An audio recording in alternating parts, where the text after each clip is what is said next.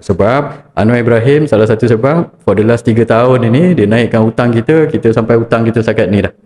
Kita dah tak boleh ambil hutang dah. So kamu cukaikan pada rakyat. The thing is, lagi kamu naikkan cukai, lagi kamu naikkan harga minyak, lagi rakyat tak spend.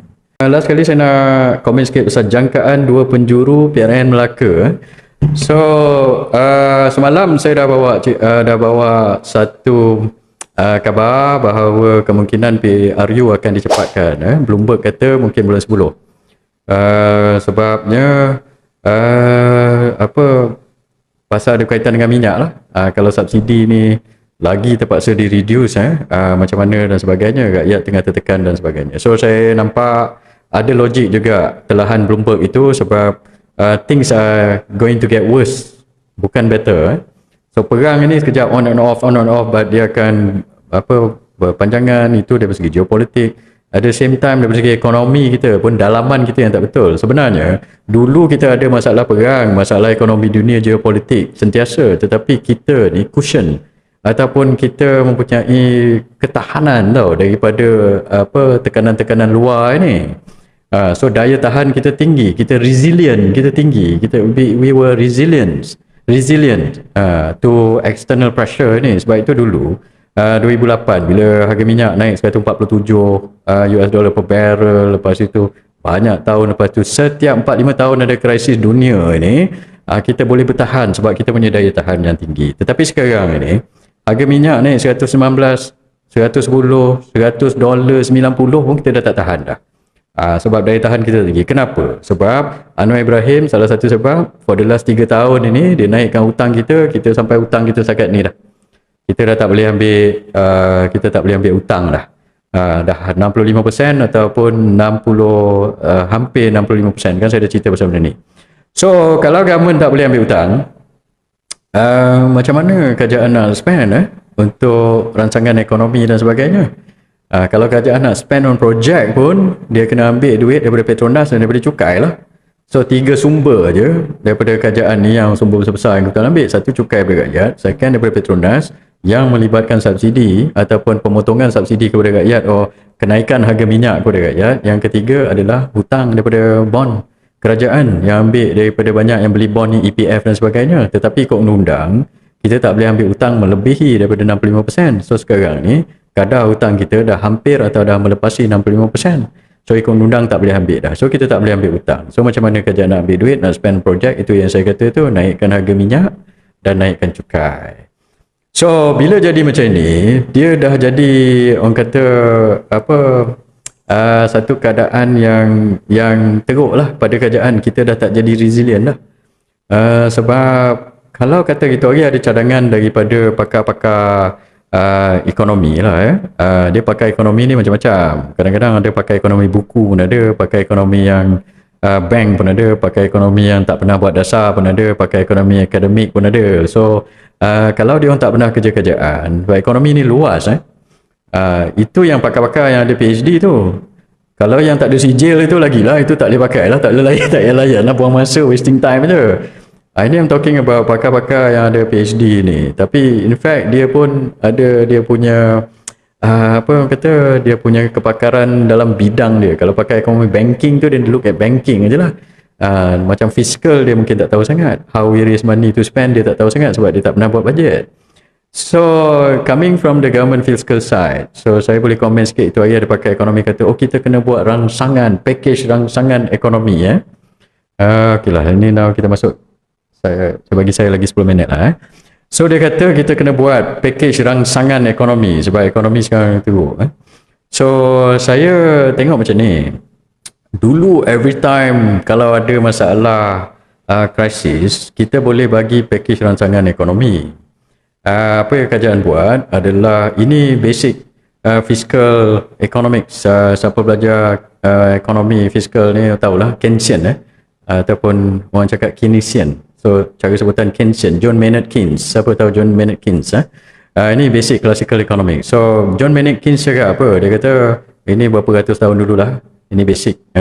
Dia kata kalau dalam keadaan krisis, orang tak nak spend, orang akan hold on to kita punya duit.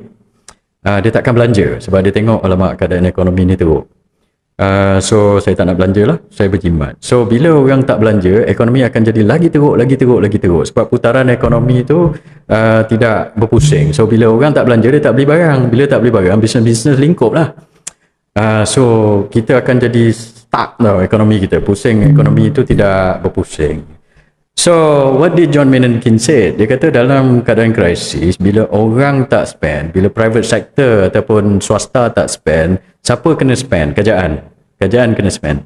Kerajaan kena belanja, kerajaan kena keluar duit. Bila kerajaan spend, buat projek-projek ni, maka ada rangsangan, so orang pun start dapat duit daripada projek ni, dapat kerja dan sebagainya. So itu teori John Maynard Keynes 100-200 tahun lepas. So mungkin, dan masa krisis sebelum-sebelum ni, zaman Tun Mahathir, zaman Pak Lah, zaman Datuk Najib, itu yang kita buat pakej rangsangan. Saya pun pernah terlibat dalam perkara-perkara ini yang belum menangani krisis dan sebagainya. Now, okay, tapi ada big assumption macam mana kerajaan keluarkan pakej rangsangan ekonomi ni. The big assumption is that kita boleh cari duit dan kita boleh berhutang. So, this assumption yang sekarang ini dia jadi lain tau. Keadaan akan jadi lagi teruk. Sebab kalau kamu nak buat pakej rangsangan ekonomi, so ekonomis PhD ke daripada bank ke yang tak pernah buat fiskal, tak pernah buat bajet, tak pernah buat pakai dan sebagainya, you take note lah. Saya bukan nak kata kamu nak pelikir kamu, tidak, tapi saya you take note on this thing lah. Ada satu assumption kamu itu yang mungkin kamu terlepas pandang. So bila kita nak buat pakej rangsangan ekonomi, you assume that government boleh ambil hutang. So dalam keadaan emergency masa COVID itu kan, kita nak bagi pakej rangsangan. That's why kita increase the debt limit daripada 55% to 65%. So 10% will increase the debt ceiling tu. Is about 130 to 140 billion, tak salah saya. GDP size is about 1.4 trillion. So 10% of that is about 120-130 billion tau. Tambahan hutang yang kita boleh ambil. So masa COVID itu kita increase the debt limit to 65%. So kita berhutang lebih, ambil daripada EPF, ambil daripada agensi pelaburan kerajaan ini, lepas tu kita spend. So itu pakej rangsangan kerajaan. Nah sekarang what happen? So macam mana kita nak buat pakej rangsangan ekonomi? Kita dah tak boleh ambil hutang lagi dah. So bila kamu tak boleh ambil hutang lagi dah, kamu nak buat rangsangan macam mana? Kamu nak cukaikan rakyat, nak naikkan harga minyak, so that Petronas boleh cari lagi duit bagi pada kerajaan. Itu adalah salah satu bentuk cukai lah tu. Bila kamu orang kata potong subsidi, naikkan harga diesel, that is a form of taxation. Daripada Petronas tu ambil duit, dan satu lagi naik, Anwar Ibrahim cakap 200 billion or something like that tu kan, daripada LHDN. So kamu cukaikan pada rakyat. The thing is, lagi kamu naikkan cukai, lagi kamu naikkan harga minyak, lagi rakyat tak spend. Sebab dia tengok kadar kemampuan dia untuk berbelanja tu lebih rendah. So kalau dulu orang isi diesel satu tong dalam 200, sekarang satu tangki tu dalam 400-500 tau. So orang dah sikit pula duit dia untuk berbelanja benda-benda lain. Itu tak campur kenaikan harga barang yang lain itu. So orang tak spend tau. So kalau kamu nak buat pakej rangsangan melalui percukaian dan juga melalui kenaikan harga minyak, itu dah jadi tak masuk akal. Itu lagi backfire dan akan menurunkan lagi keadaan ekonomi. So sebab itu saya cakap, saya punya cadangan apa. Ada orang kata, kita tak boleh, government have to spend. Saya cakap, sebab kita tak boleh berhutang. You have to reprioritize you punya spending. Sekarang saya dah cakap, semalam saya dah cakap, macam mana you reprioritize you punya spending. Okey, yang projek-projek merepek mengarut itu 2 bilion IC mafia korporat tu cancel. 17 bilion dekat Pulau Pinang itu untuk buat LRT itu pun tangguhkan dulu. Buat projek yang betul-betul boleh orang kata merangsang ekonomi. Daripada kamu spend 17 billion LRT Pulau Pinang dan 4 billion Kota Madani, that 17 plus 4 is 21 billion, dan projek IC 2-3 billion, that already 23-24 billion itu. Baik kamu buat lebuh raya Pantai Timur 3 tu, it only cost you 9.8 billion. So 9.8 billion kalau kamu buat highway tu daripada Terengganu pergi Kelantan dan siap itu, satu dia akan melegakan trafik dekat situ, satu lagi dia akan boleh menambahkan kegiatan ekonomi daripada situ Pantai Timur ini. Bila siap ECRL, bila siap benda itu, lagi banyak kegiatan ekonomi yang boleh dibuat itu. Ketepikanlah unsur-unsur politik ni. Kamu bila nak buat LRT Pulau Pinang, kamu setuju untuk pakai duit pembendaraan 17 bilion, tapi bila nak buat LRT apa tu Lebuh Raya Pantai Timur 3, kamu suruh pakai apa ni PFI, duit swasta, konsesi dan sebagainya. Ini tak masuk akal pada saya. So buat jalan dulu baru buat LRT. Buat apa jalan tak ada, LRT nak buat dulu. Ini tak masuk akal. Bila jalan semua dah okey, dah tak sesak, kamu nak tambah lagi upgrade nak buat LRT, okey lah. Ini jalan pun tak ada dekat sebelah sana, kamu nak buat LRT dekat sini. Ini tak masuk akal. So you have to prioritize your spending. So that is in terms of ekonomi lah saya nak cakap sikit. Okey tuan-tuan, sekarang pukul apa? Lagi satu saya nak cakap apa, nanti kita akan ke udara lagi. Okey, saya ambil lagi 6 minit lah. Saya ambil soalan dulu lah. Apa tadi saya nak cakap? Dua penjuru PRN. Okey, jangkaan dua penjuru PRN. Itulah tadi kita segue sikit. Itulah yang saya dengar begitulah. Apa ni sebab Melaka ni dia kajian perpaduan, dia bukan macam Johor. So kita tengoklah. So kemungkinan besar Perikatan Nasional akan berlawan dengan Pumdap Mantap lah. Saya panggil Pumdap lah. PH Amdap Mantap. PH Amdap. Cakap Amdap Mantap nanti orang melenting. Amdap ni selalu melenting lah bila kita sebut Amdap. Tapi nak PH Amdap, Pumdap lah. So PN lawan Pumdap. Kamu nak sokong siapa? Kamu sokong nanti. Dua penjuru. Kita tengok macam mana nanti. Okey, lagi Pumdap Mantap. Okey. Okey. Terima kasih kepada yang repost. Pumdap Mantap. Apa ni? Bro dah hantar LOD kepada Hussein. Itu tak apa, tunggu je. Lawyer saya tengah uruskan semua tu. Tak lagi gunung dia kejar. Budak ini dulu masa saya dengar cerita, the lawyer tu cakap, masa MB Kelantan, dia ni cakap berdegar-degar tau. Tapi masa MB Kelantan kan ada saman dia. Lepas tu nak serve notice tu, LOD, dia pergi lari-lari entah mana sampai last kali serve dekat serve dekat Perak ke, ada satu majlis tu dekat Kelantan sampai dia lari-lari ke apa. Bila dapat ada video tu, ada orang hantar saya cakap berdegar-degar kat belakang kan, menekan-nekan. Sekali bila dapat LOD tu menggigil-gigil tangan terima. So kali ni nanti kamu tunggulah, saya serah pada lawyer saya ni bila tulis LOD ni. Bukan macam tulis WhatsApp. Siapa yang tak tahu itu, ini budak-budak walan non 20 sen ni dia mana tahu. Kamu nak tulis LOD, ini benda nak pergi mahkamah. Bukan kamu nak tulis surat macam nak hantar pergi sekolah kamu. Ini saya serah pada lawyer lah.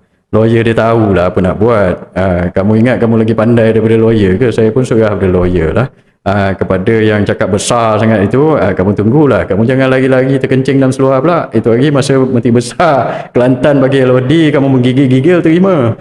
Kali ni mungkin kencing dalam seluar, saya tak tahulah. Kamu tunggu je lah. Tak lagi gunung dikejar. Kamu tunggulah gunung LOD nanti. Okey, lagi. Saya memang akan saman sebab dia orang ni dah terlebih-lebih sangat fitnah saya. Dulu biasa kalau dalam politik orang biasalah kadang orang kutuk-kutuk kita buat cerita tu kan, saya tepis sajalah. Kadang-kadang saya bagi peluang tau. Okeylah, kalau kita orang kata kalau kita nampak dia back off ke apa kan, dia orang kata tak berlagak, tak bongkak, okeylah. Sometimes kita just let it go je lah macam itu. Tapi kalau dah bongkak sangat, dah lebih sangat, dah orang kata cakap besar sangat, meminta-minta sangat, kau tunggu je lah. Dia LOD ni dia bergantung pada peguam lah. Bila mereka dah bersedia nanti dia hantar lah. Kamu ingat apa, hari ni cakap esok keluar ke surat. Itu kalau siapa yang tak pernah buat kerja-kerja mahkamah itu, yang hingusan-hingusan itu, kamu ingat macam tulis WhatsApp ke apa. Kamu tunggulah, benda itu tak lari punya. Esok kamu dapat terkencing dan surah. Tahu. Okey, lagi. Sila orang lah cari pasal. Okey, lagi tuan-tuan. Ada lagi komen?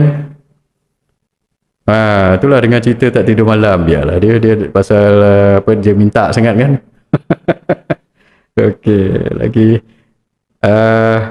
Okey, lagi tuan. Co-host dengan ini. Okey. Saya nak co-host nanti, saya nak set upkan lagi. So saya dah selesaikan satu persatu lah saya punya ini. So sekarang audio dah okey. Nanti satu-satu kita buat. So audio saya dah okey kan? Suara saya dah okey kan? Okey. Lagi hilang dah semua. Dia 20 sen ni kadang dia masuk, dia nak claim je lah. Dia nak claim 20 sen lepas tu cabut lagi. Bila kita ni okey. View saya dia kadang-kadang bila kita dah tinggi, lepas tu dia biasalah dia orang cekik. Dia akan apa? Dia akan restrict lah view saya. Itu perkara biasa. Dulu berapa saya tengok walaupun 11,000 orang share tapi view saya tak apa dia sekat tau. Itu perkara biasa. So sebab itu saya post pada 2-3 platform supaya satu lagi platform tu boleh record lah. Okay, sekarang pukul apa dah? Oh, dah disconnected pula dah. Asal ni. Tengok dia kacau tau. Sebab itu view saya dia masalah sikit. Dia disconnect lah, kadang-kadang kacau macam tu lah kan.